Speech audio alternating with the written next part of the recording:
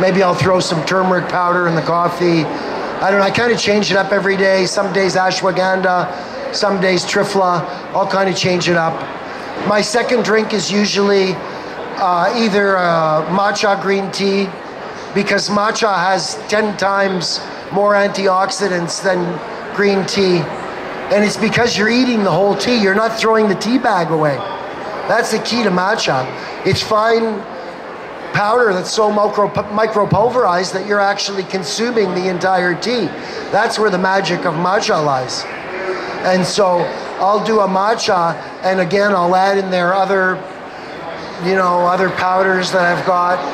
And then usually I'll do 2 cups of that. And then after that, I'm taking other supplements that I've got that are designed to be taken on an empty stomach. Maybe my magnesium, some potassium.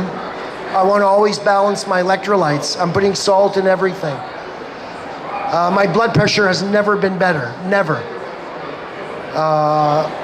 Then I go on with the third beverage, which is another 2 cups of mineral water with some Regulat, some lemon juice, some apple cider vinegar, a few other herbs, and I'll drink that. So before I leave the house, I've usually had about 1.5 liters, about 6 cups.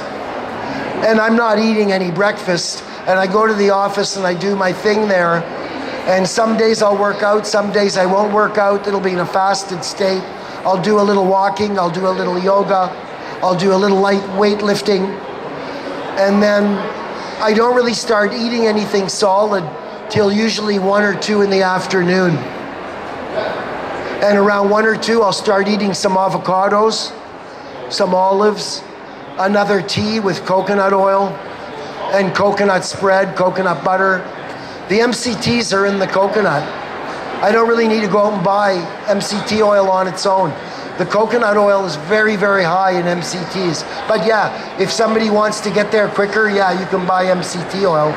It's very popular now. I do drink some smoothies in the afternoon. Sometimes for supper, I may have a smoothie with a lot of fat in there, with coconut oil again, with coconut spread, with some avocado oil. I'll eat another avocado out of my hand. I just cut the top off and eat it. I pop the seed out, and then I take a spoon and I'll eat the whole avocado and just throw it away. So I check my blood before I go to bed. I check it in the morning. I know how the meal, sometimes I'll check 2 hours after I eat, and I can see where my blood is. I really know whether the food served me well. I used to eat quinoa and, multi-grain, holistic, gluten-free crackers, and everything looked really great. But, I was on the way to diabetes. It looked really good. But, I'm almost 70, so being on the way to diabetes is not surprising because I've been on a high-carb diet my whole life. The only time I was on a high-fat ketogenic diet was when I was a baby suckling on the mother's breast on the high-fat milk. So I'm going back to my birthright and my being able to access the fuel that will allow me to perform at my utmost. And what our ancestors before agriculture were actually doing is eating when they had food. When they didn't have food, they wouldn't eat. Their body would break down their body fat, turn it into ketones, and they could go, if you had water, you could go a month, 2 months, 3 months, no problem. You're not gonna die. Your body actually preserves the lean tissue, so you don't break protein down, maybe very little, very small. Your body will use the fat, and then they find more feed. If they find a bunch of carbs, some roots, tubers, that's what they'll eat. They'll go back into glucose burning. If they take down an animal and they start eating that, or the organ meats and all the fat, they're gonna go into fat burning. So it's good to have metabolic flexibility if you want to live on this planet.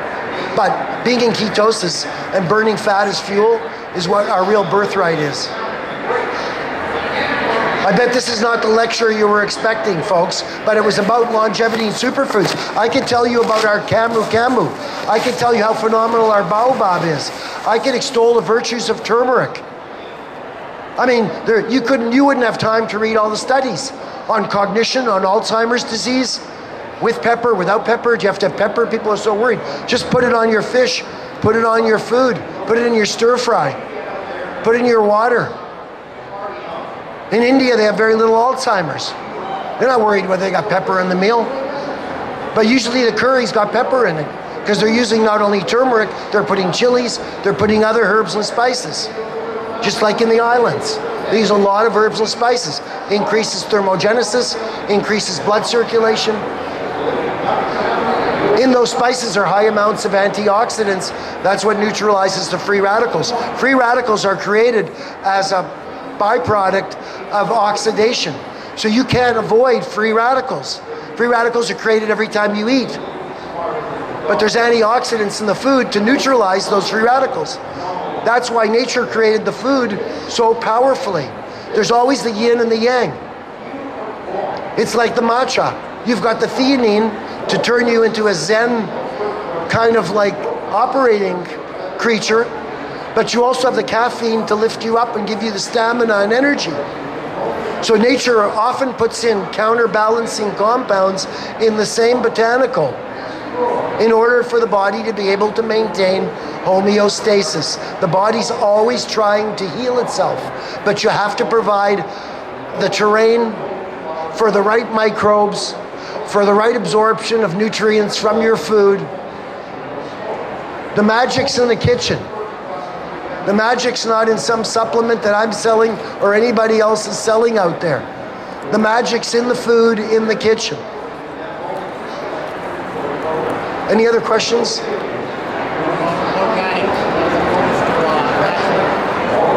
Repeat the question. The question was, what's my opinion on organic versus natural? Well, natural really doesn't mean much because the word natural is really overused and bastardized. And the word organic is okay if there's a logo with a third-party certificate, you know that there's supposed to be no pesticide residues, or at least low levels that are below the thresholds that are allowed. Because there are still very small amounts of pesticides still allowed on organic food. So sometimes I'll buy avocados that are non-organic because they're nicely covered with a peel. So I don't eat bananas anymore, but I used to eat sometimes. I'd eat a non-organic banana. I'm usually sensitive around the organic. If the food is more exposed, I usually rather eat organic. But if it's kind of really well covered, I'll kind of let my guard down and eat non-organic. Any other questions? Apples? I used to eat apples in my carb life, but you know, a medium apple's 25, 30 grams of carbs. Like that's my allotment for the whole day for all my meals. So I'd rather spend it on broccoli and cauliflower and things of that nature. Okra. I can make a stir fry with like half a kilo, 100 grams of broccoli, 100 grams of cauliflower, 100 grams of spinach, the okra, the red peppers. You couldn't finish it.